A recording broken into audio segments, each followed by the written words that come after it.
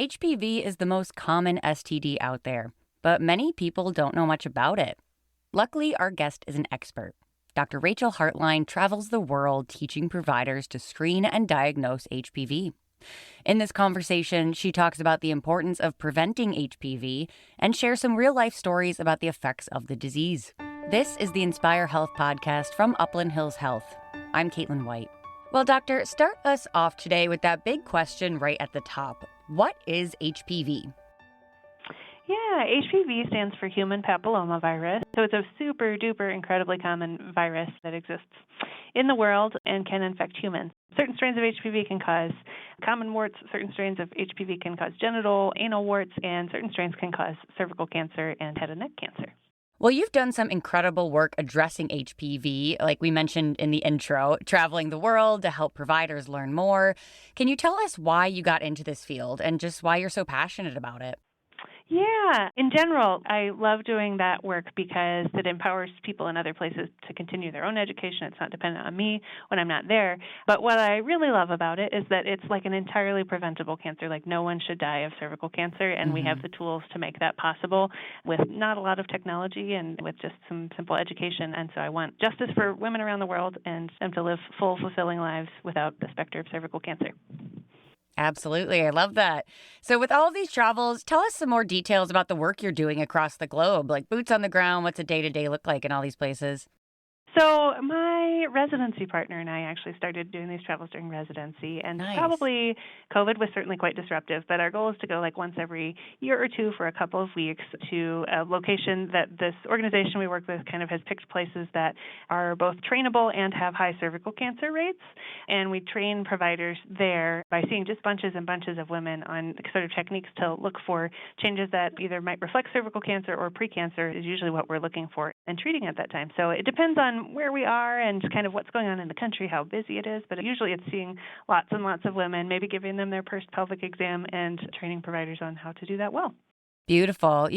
Going to all these locations and then just the day-to-day of working in your own office. Tell us about some of the real life, consequences of HPV. If you're diagnosed, what does life look like with it? So HPV itself is just incredibly common. Like honestly, if you're just sort of swabbing folks generally for HPV and not looking for the cancer-specific strains, it's actually like common enough that it's mostly just a marker that someone has had sex probably. Like really there are a ton of strains of HPV. But that being said, those more concerning ones, there's 4 that are kind of the super major ones that can be linked with cervical cancer. And then there's others that can be associated with other cancers and with their disease processes. And so those kind of more concerning ones, I think, alarm people when they discover that they have it, but it's also something that is like super duper treatable if we catch it in time.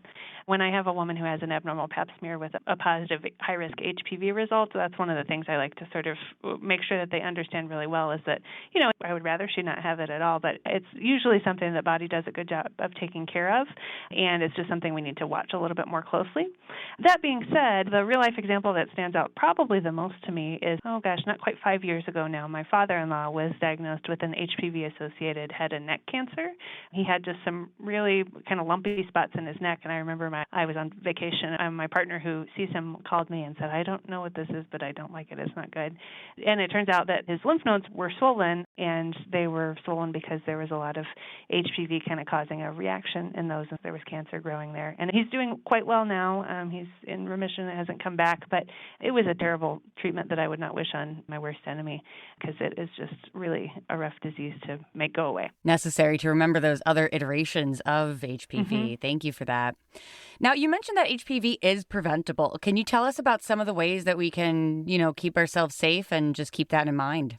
So the biggest thing is the vaccine. There is a vaccine called Gardasil that's effective against the 4 most common pathogenic or disease-causing strains of HPV, and it's most effective if it's given before someone has any sexual exposure. So that's why we start talking about it usually kind of around the middle school age, just to sort of like make sure that we're just getting ahead of things, getting someone's immune system to see HPV in that vaccine form so that it can respond to it before they would ever be exposed to it otherwise.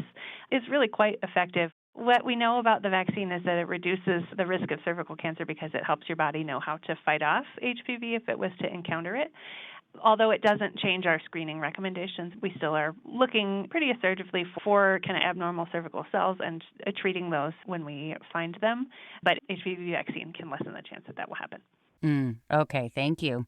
Well, wrapping up here, doctor, is there anything else we didn't touch on that you want listeners to know about HPV and the work you're doing?